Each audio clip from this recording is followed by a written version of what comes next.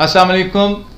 मैं डॉक्टर इमरान ज़फ़र आपसे मुखातिब और मेरे साथ मेरे बहुत ही प्यारे शागिर्द फैसल नवाज़ इस वक्त मौजूद हैं। हमने आपसे एक छोटा सा वादा किया था कि हम इंशाअल्लाह बहुत जल्द एक और ऐसी वीडियो बनाएंगे जिसमें हम आप लोगों को पूरे एक माह का शेड्यूल देंगे, क्योंकि सुनने में यही आया है कि शायद 25-26 जून के करीब, यानी जून के आखिरी जो हफ्ता होगा और उसकी जो इतवार है उसमें आप लोगों का ये पेपर हो जाएगा इंशाअल्लाह। क्योंकि आजकल पब्लिक सर्विस कमीशन के पास कोई ज़्यादा काम नहीं है। कोई प्लानर अगर आप उनको देखें तो आप देख सकते हैं कि बहुत सारे जो पहले मुख्तलिफ असामियों के इश्तिहार आए होते थे और एक रश लगा होता था, वो फैसल मियाँ इस दफ़ा इतना नहीं है। तो अभी आप देखें कि इकनॉमिक्स के और हिस्ट्री के कुछ के हो गए हैं, कुछ के ये इसी जो इतवार है यानी 29 मई को हो रहे हैं। तो जून का जो प्लानर है उसमें इंशाअल्लाह आप लोगों का इम्कान यही है कि जैसे ही आप लोगों की 23 मई जो आज आखिरी दिन है तो ये ख़त्म होगा तो इंशाअल्लाह एक आध हफ्ते में ही उन्होंने आगे इसका प्लानर दे देना है। इसलिए आप इसको ये ना समझें कि शायद अगस्त में जाके होगा, जुलाई में होगा, कोई पता नहीं कि ये महीना या ज़्यादा से ज़्यादा 1.5 महीने में हो जाए। लिहाजा हमने ये सोचा है कि एक महीने के अंदर अंदर अगर हम उन सारी अहम मौज़ूआत को कवर कर लें जिनमें से पर्चा आने के इम्कानात ज़्यादा हैं। वैसे तो पब्लिक सर्विस कमीशन जो है ना, पंजाब पब्लिक सर्विस कमीशन और फेडरल में ये फ़र्क है कि फेडरल वालों ने एक निसाब मुरतब किया हुआ है या एक मुतय्यन किया हुआ है, लेकिन पंजाब पब्लिक सर्विस कमीशन का ऐसा कोई सीन नहीं है, जिसकी वजह से आपके लिए बहुत सारे मसाइल हैं। मतलब आज का जो अखबार है इसमें कौन कालम लिख रहा है, जंग में कौन कालम लिख रहा है, जंग में कौन किता लिख रहा है, इस हवाले से भी वो पूछ सकते हैं। तो उधर तो फेडरल में ये है कि गालिब कितने नंबर का, इकबाल इतने नंबर का, मीर इतने नंबर का, लेकिन पंजाब में ऐसा कोई सीन नहीं। इस वजह से आपको सारी उर्दू अदब की जो तारीख़ है उसको पढ़ना पड़ता है, मासिर अदब को देखना पड़ता है, फिर भी लगता है कि शायद हमने बहुत सारी चीज़ें छोड़ दी हैं। तो मैंने ये कोशिश की है कि अगर हम 30 दिन में एक निसाब मुरतब करते हैं, और ये कोई पब्लिक सर्विस कमीशन की तरफ से मुरतबा निसाब नहीं है, बल्कि मेरे नज़दीक जो है वो ये है कि मैं ये समझता हूँ कि इन मौज़ूआत के हवाले से आपको कुछ ना कुछ ज़रूर पढ़ लेना चाहिए। तो शुरू करते हैं जनाब। अच्छा जी, तो अब हम आते हैं कि अगर हमने उर्दू अदब का जो सारा जो भी हमने पढ़ना है उसको अगर हम 30 दिनों में इसको किस तरह मुकम्मल कर सकते हैं, तो पहला दिन जो है उसमें ये कुछ मौज़ूआत हैं, ये मैं व्हाट्सएप ग्रुप्स में भी आप शेयर कर दें। कोई लोग मुझसे मंगवाना चाहते हैं तो वो भी मंगवा सकते हैं। कागज़ पेंसिल लेके बैठ जाएं तो जैसे जैसे ये मैं बोलता जाऊंगा वो इसको लिखते जाएं। तो पहले दिन जो है वो आपको जो है उर्दू ज़ुबान व अदब का जो आगाज़ है इसके हवाले जो मुख्तलिफ़ नज़रियात हैं उनको आपने देखना है। अच्छा, इसमें इसको मतलब मैं साथ साथ चाह रहा हूँ कि थोड़ा थोड़ा आपको ये भी बताता चलूँ कि ये मौजू आपने जब पढ़ना है इसको किस तरह से पढ़ना है और कहाँ से पढ़ना है। अगरचे इस पर पहले भी बात हो चुकी है। बिल्कुल सर। आपके पास कोई भी तारीख़ की किताब होनी चाहिए, वो चाहे ख्वाजा साहब की किताब हो, अनवर सदीद साहब की किताब हो या सलीम अख्तर साहब की किताब हो, उसमें आप चले जाएँ। तो इब्तदाई बाब ही उस सब का यही है कि उर्दू ज़ुबान का आगाज़ कैसे हुआ और उसके बारे में जो लोगों के नज़रियात हैं। तो आप ये करेंगे, एक पेज पर एक छोटा सा मैप बना लें, उसमें कॉलम बनाएं।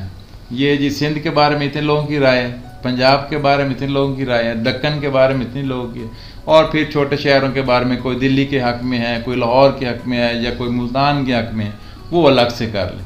तो इस तरह से आप इस मौजू को बड़ी आसानी से तैयार कर सकेंगे। एक तो आपको ये पता होना चाहिए कि किस शहर या किस इलाके के बारे में किसका क्या नज़रिया है, और दूसरा उसकी किताब का नाम क्या है। ये दो चीज़ें आपको पता होना चाहिए। ये पूरा दिन है इस काम के लिए, एक दिन आप लगाएं, लेकिन टिका के लगाएं तो फिर ये आपको सारी ज़िंदगी याद रहेगा इंशाल्लाह, भूलेगा नहीं। इसको एक पेज पे, एक रजिस्टर पे आप रोज़ाना रोज़ के रोज़ नोट्स बनाते जाएं और लिखते जाएं। अच्छा, दूसरे दिन आप क्या करें, दूसरे दिन आप क्लासिकी अदब जो है उसको आप उठा लें, जिसमें दबिस्तान दिल्ली है, दबिस्तान लखनऊ है, और उसमें सिर्फ आपने मतलब उसके जो आप कोई भी तारीख़ी किताब देखिए उसमें आपको दबिस्तान लखनऊ के नुमाइंदा शायर आतिश, मुस्तफ़ी, नासिख, उसके बाद मिर्ज़ा शौक़ जो मसनवी के शायर हैं, ये सारे मिलेंगे। इस तरह दिल्ली में आप जाएंगे उसमें मीर, दर्द, असर, कायम चांदपुरी, गालिब, मोमिन तक सारे अहम शायरों को लेके हैं। उनकी किताबों का पता हो आपको, उनकी मसनवियों का आपको पता होना चाहिए। अच्छा, फिर शायरी उनके मारूफ शेर भी आपको चाहिए कि वो भी आप एक साइड पे लिखते जाएं। मसलन शायद इसी का नाम मोहब्बत शेफ था, ठीक है, एक आग सी सीने के अंदर लगी हुई, तो खैर इसमें तो उसका मक्ता आ गया ना लेकिन गैर मारूफ यानी मक्ते के अलावा मतले बड़े मारूफ होते हैं। तो उन सारे शेरों को आपने कोशिश करनी है कि हर शायर के एक एक दो दो तीन तीन शेर जो नुमाइंदा हैं वो आप निकालते जाएं। जैसे एक शेर है, हमने चाहा था कि हाकिम से करेंगे फरियाद, वो सितमगर या वो भी कमबख्त तेरा चाहने वाला निकला। तो ये नज़ीर अकबर आबादी का शेर है। तो इस तरह के जो मारूफ शेर हैं इनको आप एक रजिस्टर पर निकालते जाएं।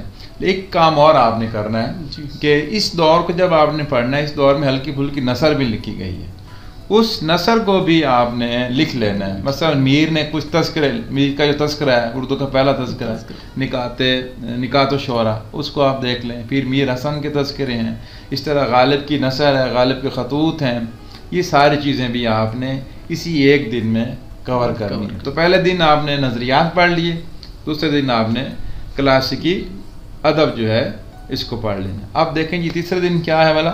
तीसरे दिन उर्दू अदब की तारीखें, फोर्ट विलियम कॉलेज अलीगढ़, तारीख़े अवध पंज और अंजुमन पंजाब। अच्छा, ये आपके पास अगर अनवर सईद साहब की किताब है उर्दू अदब की तारीखें, आप वहाँ से पढ़ सकती हैं, लेकिन वो बहुत मोटी किताब है और हर बंदे के पास, वो आपके पास भी नहीं है, वो अलहदा लेने की ज़रूरत ही नहीं है, क्योंकि हर तारीख की किताब में, वो सलीम अख्तर की हो या अनवर सईद साहब की अपनी जो किताब है, उसमें वही यही सारा मौजू जो है वो 10-15 सफ़ों पे आ गया है। लिहाजा वो पूरी किताब उर्दू अदब की तहरीकें जो 400-500 सफ़े की है उसको पढ़ने से बेहतर है इसमें आप आएँ तो आप फोर्ट विलियम कॉलेज को पढ़ें। ये अगरचे तहरीकों में शामिल नहीं है, लेकिन 12 तारीख का एक बहुत अहम बाब है। फोर्ट विलियम कॉलेज में आप जब जाएंगे और उसको पढ़ेंगे तो आपके उर्दू दास्तान का जो पोर्शन है वो मुकम्मल हो जाए। आपने तमाम दास्तान को जो नस्र निगार उनका नाम लिख लेना है, आगे उनकी मारूफ जो दास्तानें हैं उनका नाम लिख लेना। उसके बाद अलीगढ़ तहरीक है, उसके शायरों के नाम, उसके नस्र निगारों के नाम, उसके नावल निगार डिप्टी नज़ीर अहमद है। तो इसी तरह अवध पंज कब इसका आगाज़ हुआ, इसके बानी कौन थे, इसका नुमाइंदा रिसाला कौन सा था, इसमें आम लिखने वाले कौन से थे, ये 4-5 चीज़ें लिखें और फिर आप अगली तारीख में चले जाएँ, मतलब अंजुमन पंजाब में जो है चले जाएँ। अंजुमन पंजाब में कितने मुशायरे पढ़े गए, इसमें भी कोई मतलब इख्तलाफ है, कोई 11 कहता है, कोई 10 कहता है या 12 कहता है, वो आप देख लें। और वैसे अगर ये मुतनाज़ हो जाए तो फिर इस सवाल को हम इग्नोर कर देंगे, जैसे पहले भी बात हुई थी। तो पहले यानी तीसरे दिन आप सिर्फ ये 3 या 4 अहम मौजू फोर्ट विलियम कॉलेज, अलीगढ़ तहरीक और अंजुमन पंजाब को देख लें। जबकि जो 5वां दिन आपका होगा चौथा दिन आपने और बड़ी ही अहम 3 तहरीकें, इसके बगैर उर्दू तब मुकम्मल नहीं।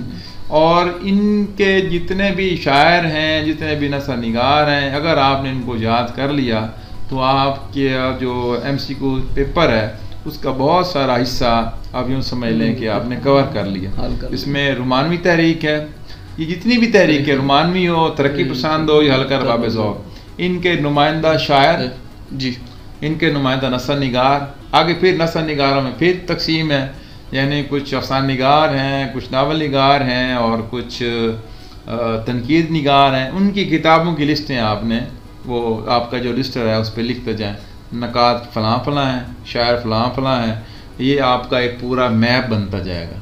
तो जब आपका ये पूरा मैप बनता जाएगा तो आपको ये सारी ज़िंदगी आपका जो रजिस्टर है वो आपके काम आता रहेगा।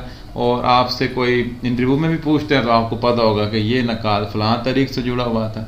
अच्छा, कुछ ऐसे भी हैं, नकात हैं, शायर हैं, नदीब हैं, जो शुरू में इब्तदाई दौर में यानी रोमानवी तारीख से जुड़े रहे, फिर तरक्की पसंद में आ गए, तो उनकी आपने सरकर कर लेना कि ये बंदा इतना अरसा यहाँ रहा है, फिर उसका ज़हनी इर्तिका हुआ, बदल गया, सोच बदली, वो इधर चला आया, ये तरक्की पसंद था, बात तरक्की पसंद छोड़ के हल्का रबाब ज़ौक़ में चला आया। फिर इस तरह एक और हल्का भी है जहाँ उसका जिक्र नहीं आया, वो है हल्का न्याज़मंदान लाहौर। तो ये वो लोग थे जो किसी भी इन तहरीकों का हिस्सा नहीं बने, जैसे फ़तरत बुखारी थे, जैसे सूफ़ी ग़ुलाम मुस्तफ़ा तबस्सुम थे, ये किसी तहरीक से नहीं। मजीद अमजद को देख लें, ये किसी तहरीक का बाकायदा हिस्सा नहीं थे, लेकिन ज़ाहिर है तारीख़ का तो हिस्सा है, अदब की में बड़ी खिदमत की है। सो इन सब को आपने इसी जो है चौथे दिन में आपने करना है। पाँचवें दिन से आपने अपनी तैयारी जो है उसको थोड़ा सा अब चेंज करना है। अब आपने क्या करना है कि जो उर्दू अदब की मुख्तलिफ असनाफ़ हैं उनकी तरफ आपने तवज्जो करनी है। लिस्टें आपने बनानी हैं, लिस्टें बनी बनाई पहले से मौजूद हैं आपके पास, लिहाजा नई लिस्टें बनाने की ज़रूरत नहीं है, सिर्फ आपने याद करना है। तो पहले दिन आप ये करें कि हम्द है, नात है, मुनाजात है, मनकबत है, कसीदा है, हज्व है, रेख्ता है, मरसिया है, वासोख्त है और रेख्ती है। इसके हवाले से आपको इनके नुमाइंदा शायरों का पता होना चाहिए। अगर कोई मारूफ मरसिए हैं, शख्सी मरसिए कौन कौन से लिखे गए हैं, मनकबत के शेर की पहचान क्या है, हम्द के शेर की पहचान क्या है, नात की क्या है, इस हवाले से आप जो है वो बहुत आसान काम ये है कि ये जो ऐसे अदबी इस्तिलाहात की किताब है या ये असनाफ़ नज़्म व नस्र है, तो इनमें से आप ये सारी असनाफ़, कोई भी आपके पास अगर असनाफ़ की उर्दू असनाफ़ नज़्म या नस्र की कोई किताब है ना, तो उसमें से आपने ये सारी चीज़ें देख लेनी हैं। अगले दिन फिर आप बाकी असनाफ़ को देख लें, ख़ास तौर पे गज़ल, गीत, काफ़ी, सेहरा, मसनवी पे आप पहले भी एक थोड़ा सा काम कर चुके हैं जब आपने क्लासिकी अदब पढ़ा था। अब आपकी एक तरह से ये दोहराई हो जाएगी। फिर रुबाइयाँ हैं, कितात हैं, ये सारी मुख्तलिफ, मुसद्दस है, मुखम्मस है और इसके अलावा मुसल्लस है, ये सारी असनाफ़ को भी आपने हल्का हल्का देख लेना है ताकि आपको पता हो कि उर्दू में मुसद्दस जो कौन कौन सी मारूफ लिखी गई हैं। अच्छा, शाहनामा इस्लाम जैसे सवाल इम्तिहान में यूँ आ सकता है कि शाहनामा इस्लाम जो है वो किस हैत में लिखी गई है। आपको पता होना चाहिए कि शाहनामा इस्लाम किस हैत में लिखी, आपको अभी नहीं पता होगा। अभी नहीं। हाँ, तो शाहनामा इस्लाम जो है ये मसनवी की हैत में लिखी गई है। अगला सवाल है कि कितनी जिल्दों में लिखी गई है, ये 4 जिल्दों में लिखी गई है और इसके शायर का भी आपको पता होना चाहिए, ठीक है। इसके शायर का नाम है हाफिज जालंधरी। तो बड़ी मोटी मोटी चीज़ें मैं आपको बता रहा हूँ। इस तरह से आपने ना हर सिन्फ के जो नुमाइंदा शायर हैं उनका आपको पता होना चाहिए, उनकी किताबों का नाम आपको आना चाहिए। फिर जो आपका 8वां दिन है उसमें आप अब हिस्सा नज़्म जो है उसमें एक और चीज़ बड़ी मज़ेदार है, वो हमारी 7वां दिन नहीं रह गया सर, तरकीब तरजीह। हाँ, 7वें दिन जो है उसमें फिर ये तरकीब बंद है, तरजीह बंद है, सोनेट है, आज़ाद नज़्म है, नज़्म मुअर्रा है, नसरी नज़्म लिखी जा रही है, हाइको लिखी जा रही है, दोहा लिखा जा रहा है और इसके अलावा नज़माना है, ये मोहसिन भोपाली थे कराची के, उन्होंने ये लिखी थी नज़में। फिर उर्दू अदब में शायरी में माया भी लिखा जा रहा है, अगरचे ये पंजाबी की सिन्फ है। एक और सिन्फ होती है उसको कहते हैं मुस्तज़ाद, यानी एक मिसरे के साथ छोटा सा दुम छल्ला और लगा देते हैं, वो कहते हैं, उसको कहते हैं मुस्तज़ाद। यानी ये अक्सर कहा जाता है कि यार उसने एक ये ज़्यादा की मुस्तज़ाद ये कि यानी उससे मज़ीद ये कि जो मज़ीद बढ़ाया जाता है, ये गज़ल के शेर के साथ उसको कहते हैं मुस्तज़ाद। तो कैंटोज़ हैं, ये जाफ़र ताहिर ने लिखी थी। तो इस तरह से ये भी असनाफ आप ये 7वें दिन कुछ असनाफ हैं जिनके नाम भी पहली मरतबा सुन रहे हैं, वो जब आप पढ़ेंगे फिर आप दूसरी मरतबा फिर इंशाल्लाह ये आप लोगों के हाफ़ज़े का हिस्सा बनते जाएंगी। तो इसलिए ये सारी मैंने सीरीज़ बनाई है ना, बिल्कुल, कि आप लोग कई चीज़ों से ये जो 30 दिन का प्लान है ना, ये एक समझौता तैयारी फुल हमने कर लेनी है ये। तो अगर आप इसको कर लें ना एक दफ़ा, तो एक शायद आपको लगेगा कि वो यार महीने में मैं कैसे करूँगा, लेकिन जब आप एक दफ़ा पढ़ लेंगे, जब आप इसकी रवियन करेंगे, आप इसको 15 दिन में भी कर लेंगे और फिर अगले तीसरे चक्कर में आप इसको 1 हफ्ते में भी कर लेंगे। ये एक दफ़ा आपने ये इसको कहते हैं ना वैक्सीनेशन आपकी हो गई, आपने कोर्स कर लिया ना, तो ज़िंदगी भर जब भी जहाँ कहीं भी आप टेस्ट या इंटरव्यू देने जाएंगे, आपने वही अपना पटवारी वाला रजिस्टर अपनी जेब में रखना है। फिर ये सारी किताबें असनाफ की फलानी फलानी फलानी, इनकी ज़रूरत ही नहीं है। आपने कहना यार ले जाओ, क्योंकि मेरा रजिस्टर ही मेरा सब कुछ है, सब कुछ, और ये आपका काम है। ये 20-25 दिन जो आपने लगाने या 1 महीने का, इंशाल्लाह इसमें हो जाएगा इंशाल्लाह। तो 8वां जो दिन है उसमें आप क्या करें, हमारी मज़ाहिया शायरी भी एक आम मौजूद है। तो ये दिन आपको पूरा मैं दे रहा हूँ, हालांकि ये आधे दिन का काम है। इसमें आप जो है उर्दू मज़ाहिया शायरों के नाम जानें, उनकी मज़ाहिया शेरी मजमूओं के नाम आपको पता होना चाहिए। और मज़ाहिया शायरों ने ना मज़ाहिया शायरी करते हुए 2 काम और किए, तज़मीन की है, यानी किसी शायर के मिसरे के साथ गिरा लगाई है, और तारीफ़ की है यानी पैरोडीज पैरोडी की, की है। तो मारूफ पैरोडियाँ शायरी के हिसाब से वो आपको पता होना चाहिए। या कौन कौन शायर थे जो पैरोडी लिखते थे, कौन से थे जो लिमरक लिखते थे, कौन थे जो सिर्फ किते लिखते थे। ये इस तरह से जैसे ज़मीर जाफरी है, सैयद महमूद अपना महमूद अहमद सरदी है, अनवर मसूद हैं, दिलावर फिगार हैं, इनामुल्लाह जावेद साहब हैं। तो ये बड़े बड़े जो 10-15 नाम है ना, इनकी तो किताबों का नाम आपको अच्छी तरह से आना चाहिए। पैरोडी तो सर आप भी कर रहे हैं। हाँ पैरोडी तो मैं भी था, मेरा एमफिल का मौजू क्योंकि यही है जी। तो 9वें दिन में फिर आपने क्या करना है, फिर आपने नस्र की तरफ ध्यान करना है।